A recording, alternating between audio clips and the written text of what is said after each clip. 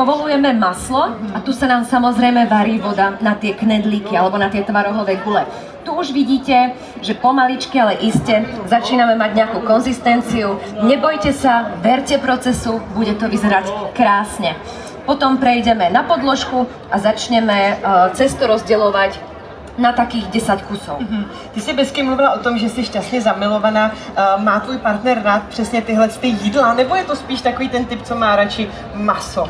Viete, čo vám poviem? Ja neviem, do akej miery sledujete môj život, ale tak ako... Ja vám poviem tajomstvo, čo ešte nie je úplne verejné. Nie som tehotná, ale Adam, môj partner, nejedol mäso strašne dlhú dobu. Bol vegetarián. A ja som ho tak aj spoznala. A tak ako milovala som ho aj tak, hej, ale varilo sa u nás trošku striedmejšie. A teraz veľká novinka v našich životoch. Adam papá mäso. Co se stalo, Bezky? Jo, konečne je náš, že jo, ale nič proti vegetariánom, proti vegánom, je to samozrejme rozhodnutie.